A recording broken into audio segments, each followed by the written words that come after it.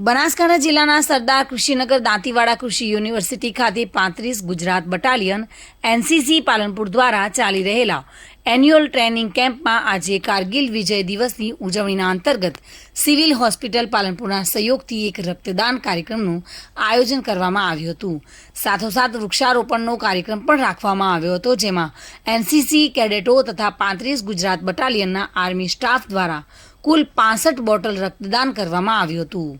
સરદાર કૃષિનગર દાંતીવાડા કૃષિ યુનિવર્સિટી ખાતે 35 Gujarat battalion NCC Palanpur દ્વારા ચાલી રહેલા એન્યુઅલ ટ્રેનિંગ કેમ્પમાં એક પેડ માં કે નામ અંતર્ગત વૃક્ષારોપણ કાર્યક્રમ કરાયું હતું, જેમાં યુનિવર્સિટીના કુલપતિ ડોક્ટર આર.એમ. ચૌહાણ, યુનિવર્સિટી અધિકારીગણ અને 35 ગુજરાત બટાલિયનના commanding officer colonel Jagjit Baswana તેમજ એનસીસી કેડેટો તથા બટાલિયનના આર્મી સ્ટાફ દ્વારા વૃક્ષારોપણનું આયોજન કરી મોટી સંખ્યામાં બ્લડ એકત્ર થયું હતું અને સાથે વૃક્ષારોપણ પણ થયું હતું। આમ સુખરૂપ બંને કાર્યક્રમ સંપન્ન થયા હતા। બલસિંહ દરબાર સાથે bureau report, today Gujarati news.